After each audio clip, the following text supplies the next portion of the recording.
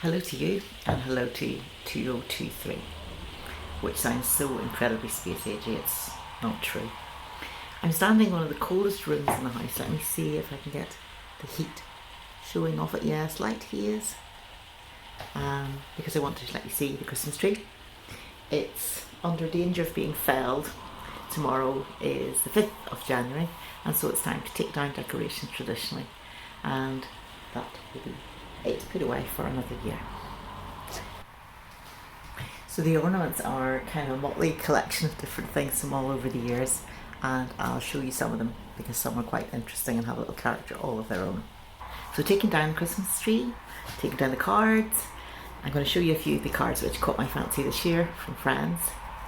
And what I do is I tend to keep my very favourite ones that have caught my fancy, and then they're there for next year's, and it becomes a bit like an exhibition. Lots of little favourite pictures put together, and it means that you get to have a fantastic display of Christmas cards, mysteriously collected over all the years, completely different. And of course the styles change slightly as well. The other thing about Christmas cards that you can do with them is you can just cut them in half. Just cut out the middle bit and use this front bit as a bookmark to mark the places in all those books you probably got for Christmas or are about to get in sales.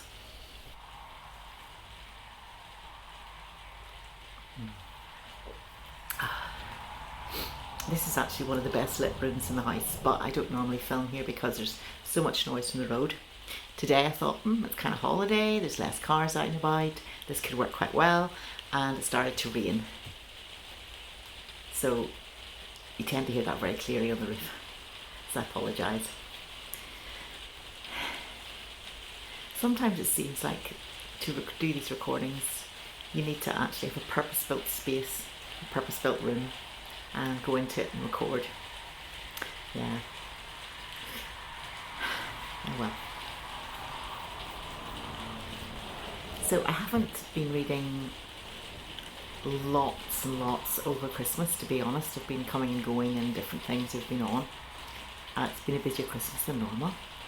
But two books that I've been dipping and diving into and loving, and I will just show them to you now and let you know this is what I'm probably going to be sitting behind for the next few weeks. This book, I think, is actually probably something that a lot of people watching would like as well. The Written World, How Literature Shaped History. And I got this in a second-hand bookshop, and it was kind of it's in the general area of what's interesting, quick flick. Yeah, I like it. Reduced price, I'll get it. And then as I started to read it, I thought, this is actually very, very good. I read some more and I went, this is very, very, very good. And it's by a guy called Martin Puchner, and the name meant nothing to me. He is American.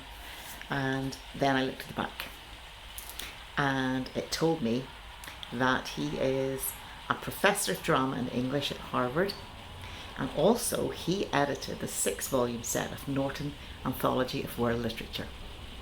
And suddenly it all began to make sense. Excuse.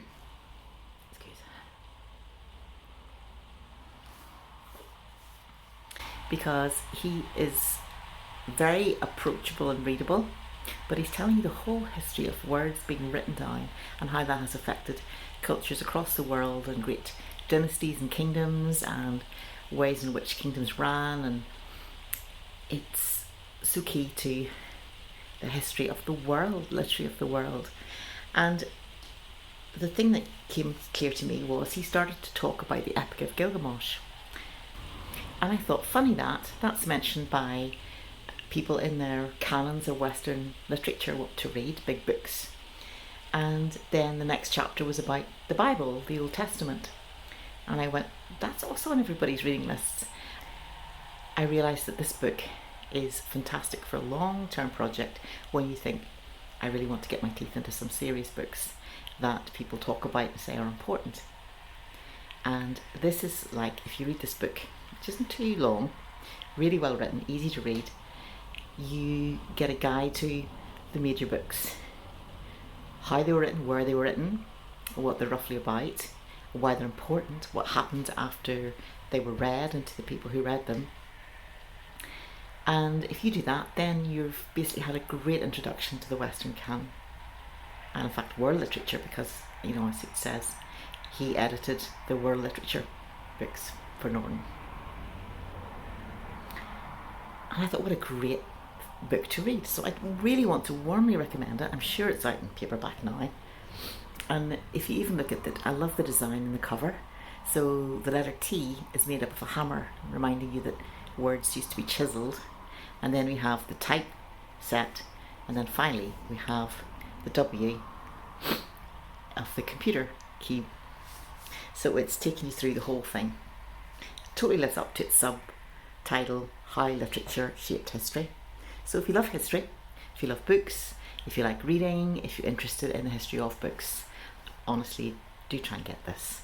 And maybe like me, you'll get it really bargain also in a second-hand way, but it is worth reading.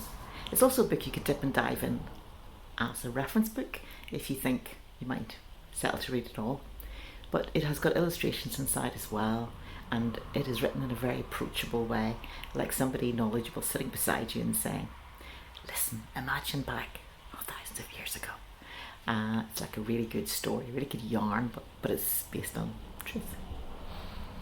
The one thing I would say is to be aware that Martin Puchner is a man on a mission. He is speaking from a particular view of books. I saw him speaking on YouTube. There's various lectures of his that are there you can look at for free as well if you want to check out, if you'd like his style, and which I tend to do all the time with people. If I'm not sure if it's a lecturer, if it's a writer, if it's a speaker, I'll go to YouTube and just type in a name and see. And it's been very informative on giving an idea of what a speaker or writer is like. So yeah, in this lecture of his, he mentioned that there are scribes in the book, and that of course they're talking about how important books are because they are scribes, so it's kind of self-serving. And I realised that it kind of applies to him as well, that he is all about books and all about words, and so of course this is coming across in what he's writing. And it might have been a totally different book if it was written by a mathematician or a scientist. So we bear that in mind as we read. But I recommend it as a readable book for book lovers.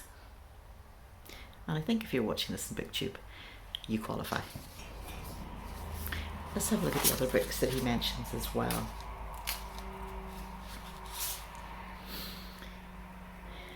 Yes, he actually starts with the Iliad and the Odyssey, and then he comes into the Epic of Gilgamesh, Ezra, the Holy Scriptures, Buddha, Confucius, Socrates and Jesus, Murasaki and the Tale of Genji. I'm sure we've heard about that quite a lot. 1001 Nights with Scheherazade, Gutenberg, Luther and the New Public of Print, the Popol Vuh and Maya Culture, a second independent literary tradition. So you're immediately diversifying your reading list if you're reading this book. Don Quixote and the Pirates, so you've got Don Quixote coming in there. Benjamin Franklin, media entrepreneur in the Republic of Letters. World literature, Goethe in Sicily.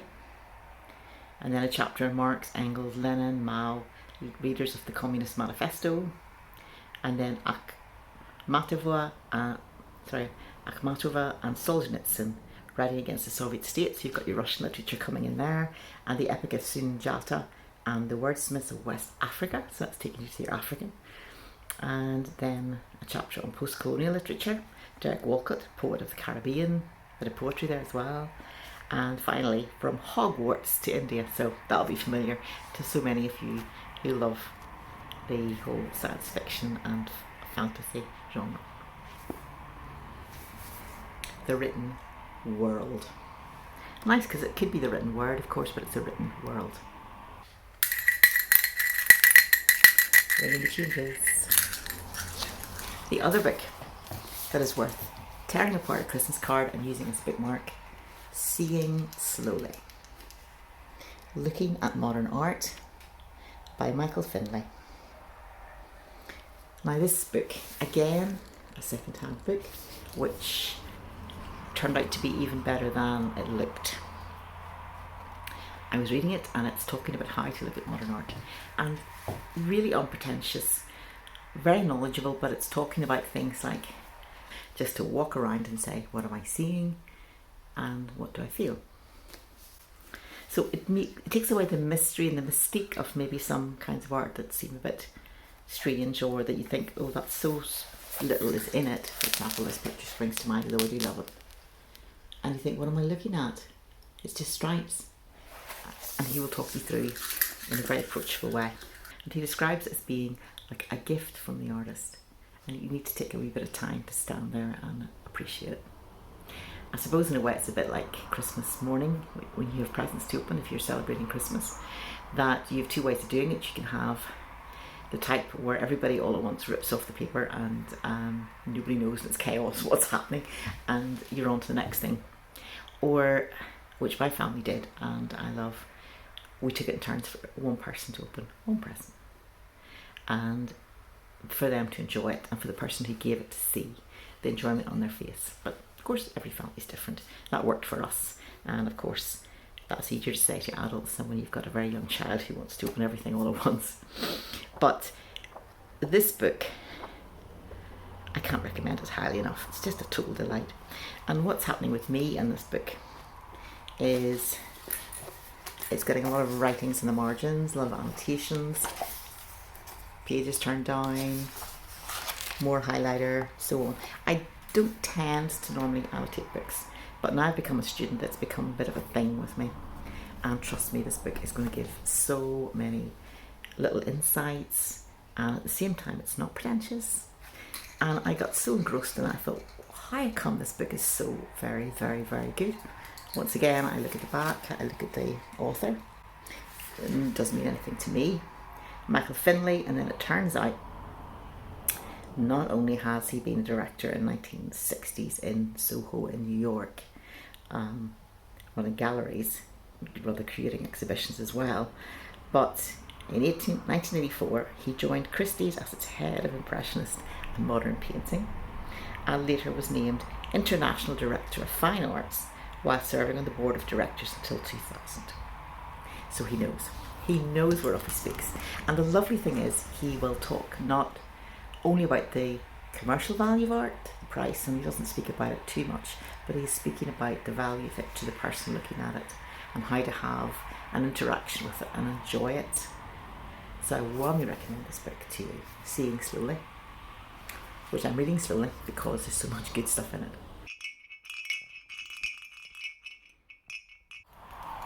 Now, I'm trying to avoid the whole rush to make big resolutions for 2023, and I'll take the year as it comes. I can see lots of things on the horizon which are exciting and somewhat busy as well, and I will, for example, be producing an exhibition in Easter to end off my masters.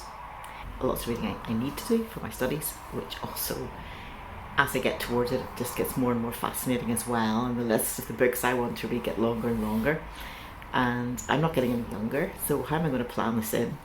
I think if I got up at 6 a.m. in the morning and read through to 9 at night every day for the rest of my life, I would be maybe reading about a quarter of the books that I want to read that really interest me.